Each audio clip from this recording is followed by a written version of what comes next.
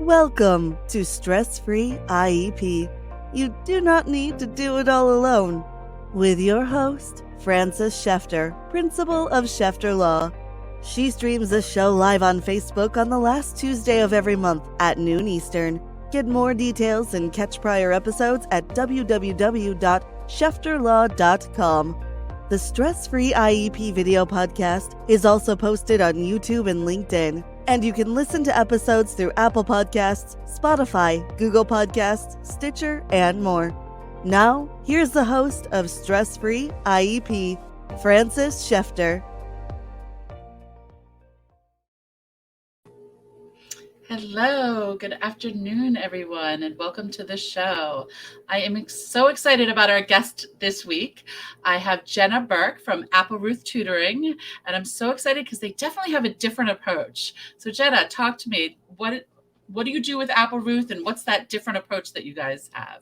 Absolutely. So I do a lot of different things with Applerouth, which is kind of a common story at the company. A lot of times people come in as a tutor, which is how I started, and then realize that they're just really excited about Applerouth's approach to working with students and our general sort of philosophy about learning, and we want to get more involved. And so that's what kind of happened with me. So I started out as a tutor 10 years ago, and then I gradually worked my way up to being the tutor manager for Applerouth in DC, Maryland, and Virginia. And I also work with educational consultants to make sure that their students are progressing the way that they'd like. And I also work as an executive function coach. So that's something where I actually get to kind of dig in and discuss how to learn with my students, which is something you don't really get to have time with when you're saying like, well, we've got to cover algebra today. So you're on your own for figuring out how to do that homework. And what I really love about the way that Applerouth works with students is that we're really about student self-efficacy, because we know that if we can change the way that a student views themselves, we can change what they're capable of doing. So we want to make sure that students are the ones that are in charge of their learning, whether that's a student coming in and saying, well, I want to get this score on the SAT because I really want this school and this is their top 25% and that's what I want. Or it could be a student saying like, hey, I really wanted to challenge myself and take AP Bio this year, but I'm really, really struggling, but I really want to be pre-med. Please help me make this make more sense. Or it could be a student coming in and saying, I'm really worried about the transition to middle school. I'm really scared. Elementary school was fine. I knew everyone there, but now I'm going to middle school and I feel like I'm just not going to be able to cut it. So then we can work with that student, whether that's on, well, let's learn how to study, or it could be, oh, I see that you're kind of struggling with, the actually sitting down and doing the homework. So let's work on what's stopping you from being your very best student. I love that because it's so true. Like even today with adults, it's mindset. Mindset is so different. And I remember back when I was a tutor, way back when, with the I can and the I can't. Yeah. And I don't know if you do that arm test thing, but I did that with my student and he flipped out because it was true. Like when he said I can, he could, fight against me. When he said I can't, I could push his arm down and he just, because I was this little, 20-something-year-old and he's like this big football player. I love that you. Sorry. No, I was going to say that I love that you guys focus on the mindset, because that I know for me, I was not a good test taker. And I always went into tests saying that I'm not a good test taker. I'm sure if I had a different mindset, I probably would have done better. Yeah, absolutely. The stories we tell ourselves about ourselves are so important. I love telling my students that I hated math in high school. I cried my way through BC calculus. I was absolutely miserable. And if you told 17-year-old Jenna that, years later, I would be really excited about math and I would do an algebra problem to chill out at the end of the day, I'd be like, you've got me confused with somebody else. And it really is about that mindset, right? Like you were saying, if you told yourself a different story, if you told yourself, I may not like this test, but I want to do better because it's going to take me where I want to go, then you're approaching it from a completely different standpoint. Yeah, very different. And so I know you do every level So elementary, middle, high school. And I know you were saying that helping people with tests or helping people with certain subjects. What is it that you see most often with your general population, with like your elementary kids, what skills they need and their lack, that they don't have, or in middle and high school? Absolutely. Yeah. And I think that this has sort of been on everyone's minds, because I think, at least in my community, learning loss and what to do about the last 2 years has been really hard for a lot of people. The good news is that it looks like elementary schoolers their pace of learning is back to where it should be. So thankfully, sort of the younger learners hopefully are going to start bouncing back. But I'd say in general, when you're finishing up elementary school, you've learned how to get the short-term assignments done on your own. Like teacher says, hey, you need to do this homework assignment. And maybe there's a little reminding from the parents in the corner, but you more or less are like, yeah, I'm going to sit down and do my worksheet, or I'm going to write this story about whales, or whatever your teachers asked you to do. But it's the long-term planning that you haven't really had to get into yet. So going into middle school, what I'd say a really good skill to start working on is how to do that long-term planning. Like, first step, get an assignment notebook, right? In elementary school, maybe you don't need to keep track of things as much, but in middle school, teachers aren't going to be holding your hand as much. You're the one who's going to need to know, what did I get for history for tomorrow? Or what's the assignment for math? Or when is that test happening? So helping students learn how to see that a test is on the horizon and not just study for it the night before, like that's really like some next level study skills. Yeah, no, that's awesome. Learning that so young, because it's such a big transition. And I have that a lot with IEP meetings and stuff from from elementary to middle school. What's it going to look like? Because you go from one teacher to 7 teachers, and it's such a big change. Yeah. And I can imagine. And then you're 7 assignments and different dates, and they don't always, you could have 3 assignments due on the same date. Yeah. And that one teacher who maybe was always, on the lookout for you. And, oh, I know, Sandra really struggles with getting her work in on time, so I'm going to give her a little nudge and remind her, that's not going to be there in middle school. They want to help you start becoming more of an adult and start becoming more responsible. And the more that students can realize, like, oh, I need help. Like, I always tell my students, the sign of an adult is somebody who knows when to ask for help. I love that, because that's so true. And I was from the generation that you don't ask for help because it means you can't do something, which is just ridiculous, because we can't do it all, and we don't need to do it all. Absolutely. Yeah. And knowing who to ask for help, that's really the special skill. That is. And that's why I have on my resource page on my website, which I'm not sure if I have you guys on there, but I will add you, like, places that you can go get help. Because if we can't help you, if you need something else, I like to have the resources for all the parents in one space. So it makes it easier. Yeah. And then what about from middle school to high school? Because I know that's another big transition time. Oh, yeah. So from middle school to high school, hopefully you've learned how to balance your multiple classes and your different agendas for each class. But then that's really where learning that growth mindset. So I can, or even just, I'm going to try. That's really where it comes into mind, because now you're getting into harder math. And this is where I really see math anxiety really appearing, is when students are like, oh, yeah, I'm just not good at math. I'm just really not a math person. Well, that was me. Yeah. And that's okay. There's no such thing. Like, we can all be math people. It's going to be okay. So thinking about, how do I create that growth mindset where I see a failure and I think, oh, how interesting. Like, that's what I really want my students to say. And sometimes if I'm being really, really pedantic with them, I might even make them say, how interesting, every time we look at a problem that they missed on a test, or every time we go over a writing concept that they really don't enjoy. Thinking of it as oh, what am I going to learn from what I missed this time? Right. Yeah. And I remember that because, some students have like that, photographic memory, so they can, just spit it all out, but do they really understand it? Yeah. Whereas when you get some answers wrong, then going over, it totally makes more sense to me. And I remember at least for math, somebody once taught me to do the problems backwards to check yourself, which Yeah. I was like, oh, Yeah. Oftentimes, if I have a student where they do keep getting a certain type of math problem wrong, to me, at least, that means, oh, we need to work on the why.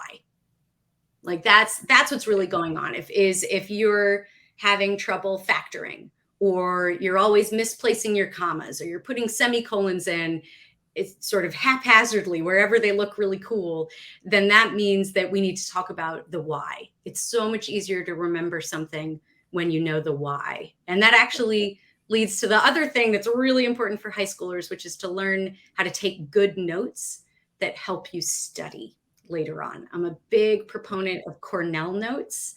I love them because as you're writing, you're forcing yourself to test yourself on it later. So if basically you're like dividing a sheet of paper into like 3 different parts, and the main part is your notes, but then on the side, you're encouraged to write down keywords, key takeaways from those notes. And then even later, you're encouraged to write a summary of everything that you were writing down. So you're forcing yourself to paraphrase what it was that you were even taking notes on, and thinking about, why did my teacher want me to learn this? That is so amazing, because that's a skill I didn't learn until law school. Undergrad degree, master's degree, high school, all of that. And I didn't know, like how to take notes. And it's something you don't really think about. And I know for me, like going to college, I didn't start thinking about college and where I'm going until 10th grade. Mm-hmm. And I know for me, that was not a good idea, because 9th grade was already done and 10th grade was already done. And had I known where I wanted to go, those years would have been different. Yeah, I'm really lucky. I'm working with a really self-aware, going into junior year of high school student who, when we started meeting together, mostly working on executive function skills, but he came in, he's great. Every week he's got like a new thing he wants to work on. And this last week, it really was, I want to take good notes. I know that I know that studying takes me forever. I want to take better notes. And something that he was doing was he was reading the entire chapter and then going back and taking notes. So we had to talk about like trusting yourself, that you're going to understand what's going on the first time around. You don't need to read something twice. And just the idea of, I'm reading something and now I'm going to think about what's important and I'm going to write that down, is helping you understand and is helping you remember far better than reading some boring history book. It's probably not. I find history very interesting, but from teenage perspective, some boring history book twice, reading something boring twice, I can't imagine how that's going to help you study for anything. Right. Because exactly. If it's boring and you're not into it, then I get that. That's awesome to teach that skill. So I love that you said you work with the children earlier. Like, so what, like when do people need to call you? When should parents call you that their child needs extra help, or they don't know what they don't know type of help? Yeah. So I'd say if your child is struggling in a particular class, if it's maybe everything's going really well, but math is just a disaster, or everything's going really fine, but my student has no reading comprehension to speak of. It's, they can actually read the words. It isn't a literacy problem, but they do not understand what they're reading. Then that sounds like academic support. That sounds like, okay, we can assist in that particular class. I had a student I worked with, we were technically working towards, say, the HSPT, which is a test that you take to get into Catholic high school. So we were theoretically working on just that. But then from that, we realized, if I get into this fancy high school, I need much better math because my middle school didn't prepare me for that. So that created an understanding of, there's a gap and it's pretty serious. We should probably work on that. If it seems like it's kind of every class, like there's sort of a general feeling of overwhelm, and it's not this particular subject gets me down, but it's kind of all of school gets me down, or I'm sitting here and I'm so overwhelmed that I have a total meltdown, then that sounds like, okay, this might be sort of a broader picture executive function skill coaching or academic skills coaching, where it's more, let's examine the actual approach to school. Yeah, but I'd say like it never hurts to even just have like one session with the tutor, and maybe the tutor's able to clear up all the confusion and help the student sort of see things in a new way. And the student goes, oh, that's great. Wonderful. I'll see you in another month for like a checkup. It doesn't need to be we're going to meet every single day at 6 p.m. and we're going to work on your writing. It can be kind of a tune-up, a checkup rather than. So it's individualized. Absolutely. Yeah. 100%. Because I know there are some tutoring which is needed, like for children with dyslexia, that goes through a certain route because that's what you need to do for the child to be able to comprehend. But with you, it's, whatever it is, let's meet the child where the child is and then keep going. Absolutely. Yeah. I love how individualized we're able to be. We want to make sure that, exactly like you said, we're meeting the student where they are. Yeah, that's awesome. And so what can parents do? Like, we just started the school year, Montgomery County started yesterday. Some of the other DMV areas started earlier. What can parents do to start off the school year right now? Like to get that structure and the, what's going on, the change from the carefree summer. Yeah. So I'd say make sure that your student has a place to study that is theirs, that is welcoming and has like positive, good vibes for the student to be using. So, do they have their own desk? Do they, even if it's just like a corner with a chair that isn't their bed, just some place where they can go and say like, okay, I'm now in my space. I know that a lot of us were really struggling to find those spaces during distance learning. So you may still have those spaces. They may still be there. You may be worried that you're going to have to go back to it. But I would say like making sure that your student has a place where it's organized. They know where to put their papers. They've got a spot for everything. I'll sometimes say to my students, like every day, just set a timer for 5 minutes and clear off your desk. Just make, that's when you go, oh, I have a Kleenex here. Oops. And well, that book really shouldn't go there. I'll put it over there. Just 5 minutes every day can keep that space welcoming and comforting for the student. And I'd say the more that you can get your child to figure out what they need and what's going to work for them, the better. I often describe executive function coaching as the art of asking really, really good questions. So sometimes if a student is struggling, instead of saying, well, why don't you do this? Or why don't you do that?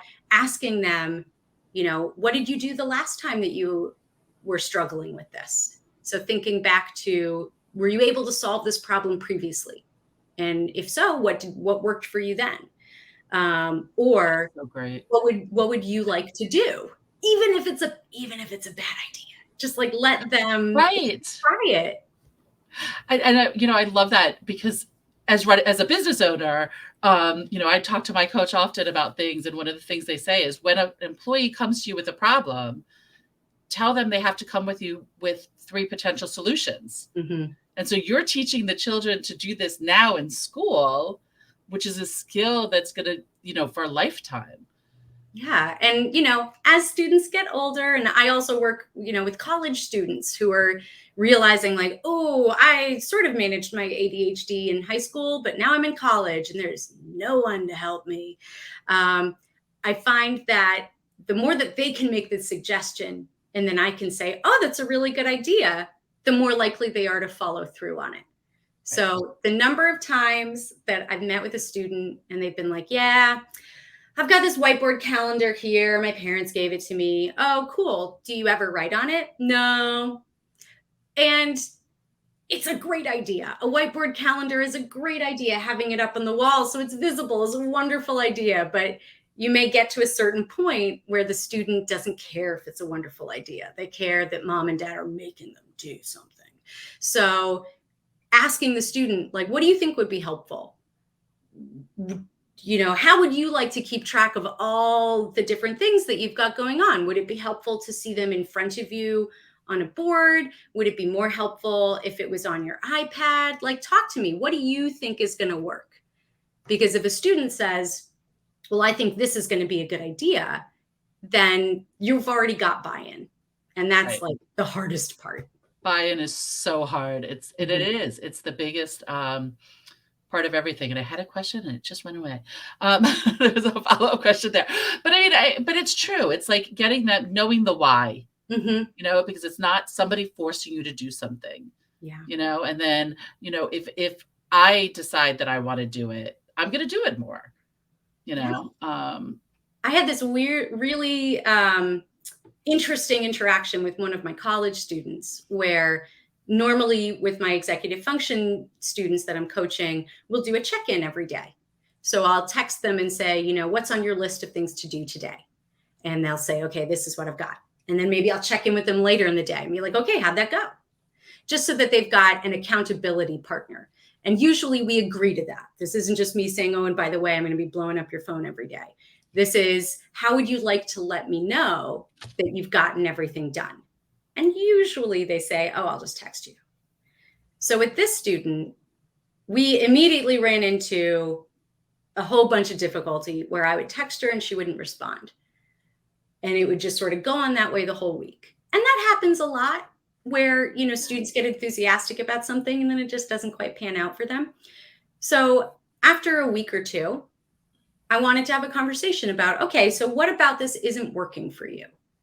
And it turns out that text messages really stress her out. Like she's got 100 unread texts in her phone, which gives me anxiety. I don't know how she lives with it, but for her, texting was not helpful. And I had made an assumption that, oh, Gen Z, they live on their phones. Of course, she would want to text me. But that was just building up more anxiety for her. So what we've landed on and what's worked pretty well, I'll let you know in a couple more weeks, is we have a shared note on our phones. So we create the list in there. She knows I can see it. She knows I can see when she's checking things off.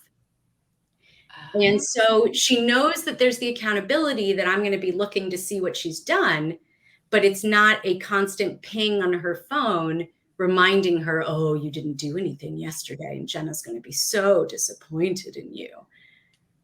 Right. That is awesome. I love that. Like just finding a solution that works. And that reminded me what I was going to say earlier is, especially with our high school students, a lot of times I'll bring them into the IEP meetings so that the kids can say what accommodations they want and if they think the goals are acceptable, because again, they need to have the buy-in and what they need. And a lot of times the students will come up with things that us as adults didn't even think of. Yeah, so I love that, because that would be the skill that I would want high school students to develop going into college, is that piece of self-advocacy, which, I would hope all students get, but my neurodiverse students especially need to feel comfortable with advocating for themselves in a world that often does not think about what they need when they're thinking about, how am I going to set up this meeting, or how am I going to do this interview process? It's sort of like asking for help, but like advanced level. Right. Is you're not just asking for help, you're saying, this is the help that I need. And as you said, it's so important for college because although the IEPs don't come with the children, the 504 plan does sort of. 504 plans, if the college gets federal funding, then they have to follow 504. But if not, they still have to follow ADA. Yeah. And it's now, from what I understand, most colleges have an ADA office, but they're not going to come seek you out. The student has to go to the ADA office and say, I need accommodations. This is my disability. This is what I need. And guess what? They're over 18. So mommy and daddy can't do it either. Yeah, absolutely. Yeah. I think a lot of students don't have practice in that, don't have practice in advocating for themselves. And then all of a sudden college comes and they sort of have to figure it all out for themselves. So to actually loop back around to that question about, how can parents help kids get ready for school, is the more you can help your student to start self-advocating, the better. Like even if it's like, oh, my teacher's so mean, he told me that I couldn't do this, that, or the other. Maybe, within appropriate bounds, it's good to talk about, like, okay, well, how would you like to talk with your teacher about that? Let's role play that. Let's practice that. How do you think that conversation might go? Because even if the teacher's like, no, absolutely not, you're at least practicing talking to somebody in authority, asking for what you want, and coming up with good reasons for it. So not just, I would like extra time because I really would like it. But really, really thinking about what that would mean for you and why that's helpful, and why in some cases you have a right to that extra time. Yeah, that's important. And starting, the younger, the better. Mhm. Although, as I always say about my children, it's the characteristics I want them to have as young adults are really tough when they're 5 and 8, Mhm. because it's like, yes, you need to negotiate, not with mommy and daddy. Yeah. It's like Glennon Doyle saying, I'm so glad I taught my children to express their emotions. I just wish they didn't do it like all the time. Right. Exactly.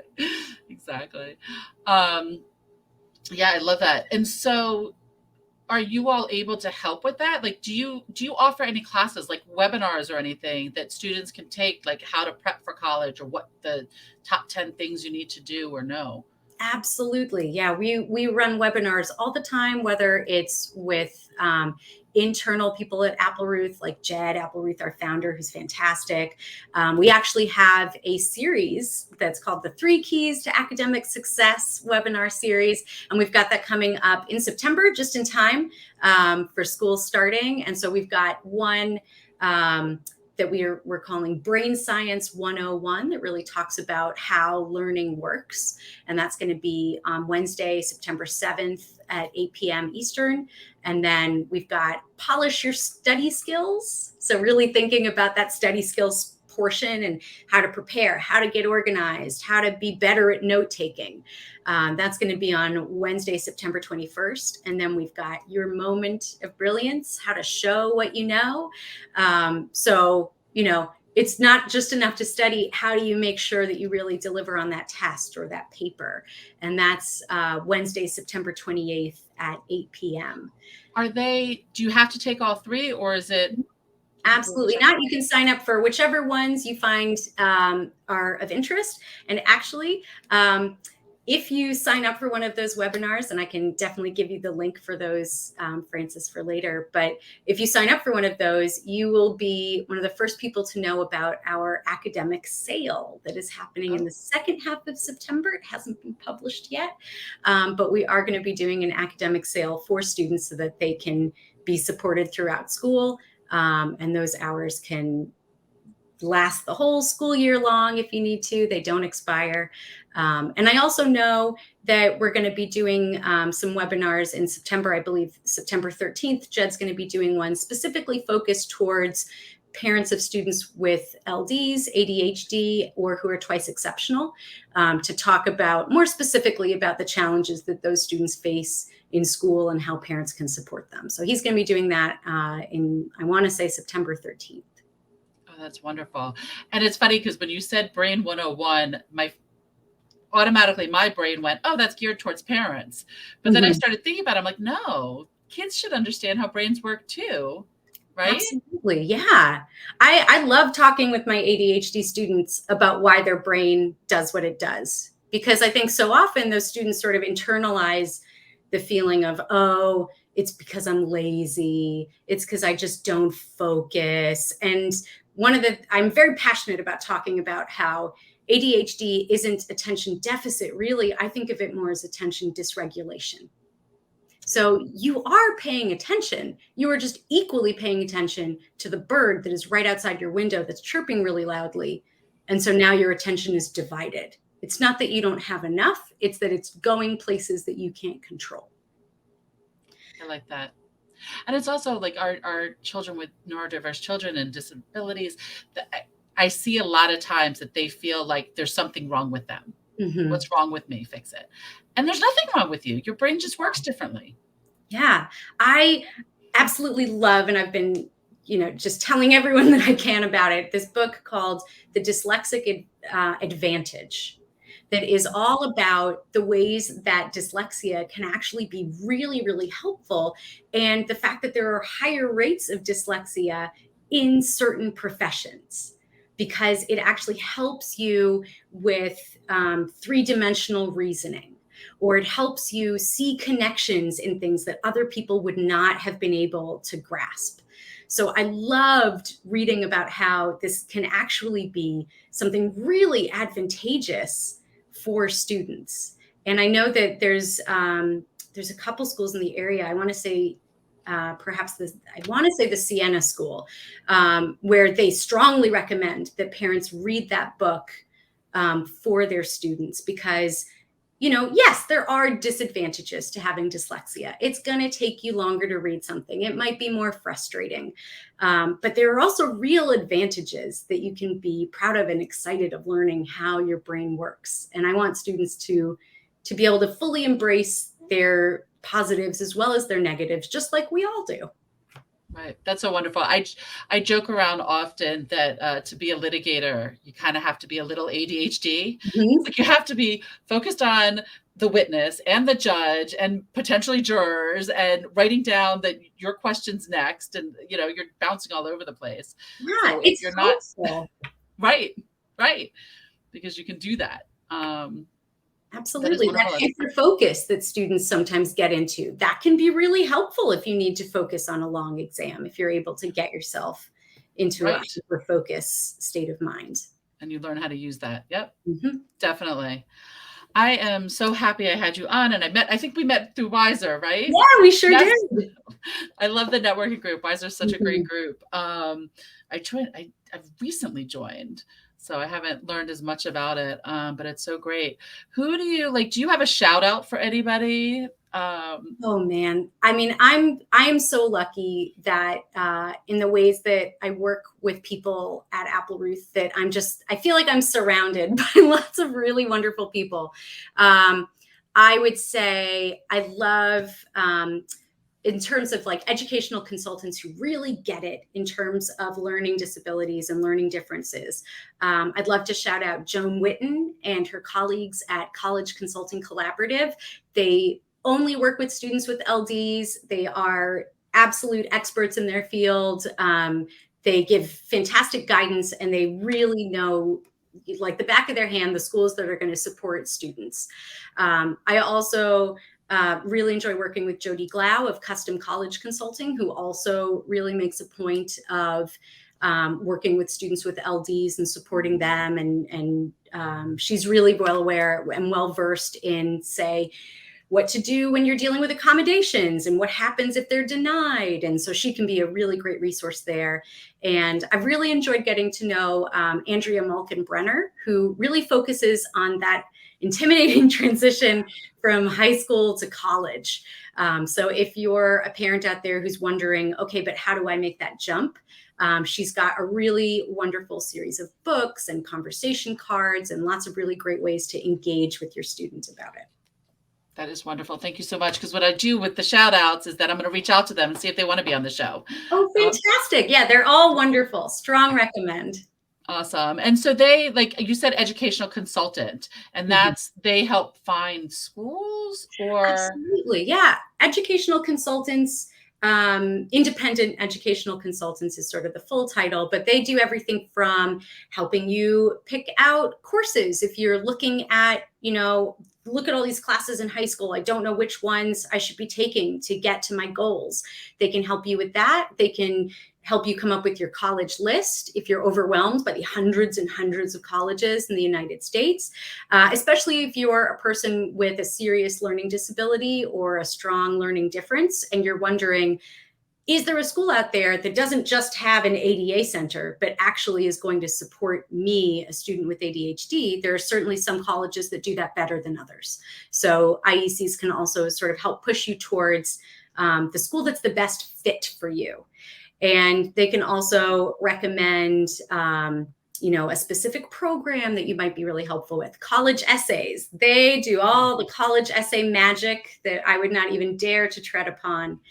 So they can be as involved or as not involved as you need them to be at any point in your student's educational journey. That's wonderful. Because, as parents, I don't know. I mean, I'm an education Absolutely. attorney and I don't know. Yeah. I It's feel not like my every day I area. turn around, there's a new college with this cool program that I'd never heard of. Right. Right. And so that's what they do. They make sure they Mhm. know about all of it. That is so wonderful.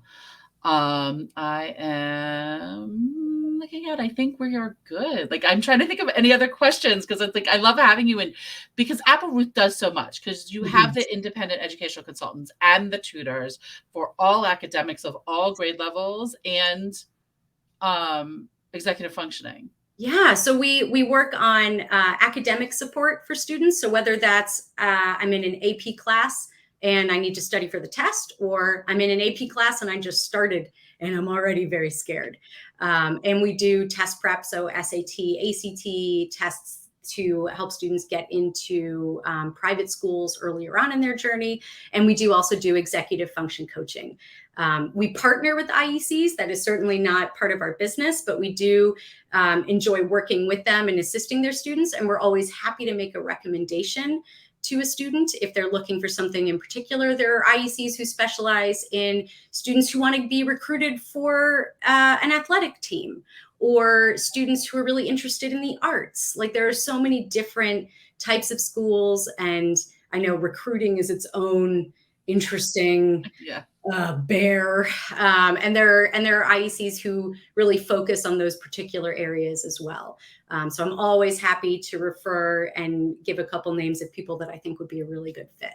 Gotcha. Wonderful. So you guys don't do that, but you No. work We with. partner, Okay. and we are so grateful for our partners, but we know that that our bailiwick is really working with students on academics, on learning content, on learning strategies to help them through school, whether that's I need brush up on my academic skills, please. Can you teach me how to study? Or whether it's executive function, can you teach me how to get into the chair so that I can then study? That is wonderful. I love that. Thank you for clearing that up. And thank you so much for being on my show. My pleasure. I love having guests and giving back to the community and learning about great companies that are so giving in their way and their approaches. Oh, thank you. This was so much fun. Thank you so much. You've been listening to Stress-Free IEP with your host, Frances Shefter. Remember, you do not need to do it all alone. You can reach Frances through shefterlaw.com, where prior episodes are also posted. Thank you for your positive reviews, comments, and sharing the show with others through YouTube, LinkedIn, Apple Podcasts, Spotify, Google Podcasts, Stitcher, and more.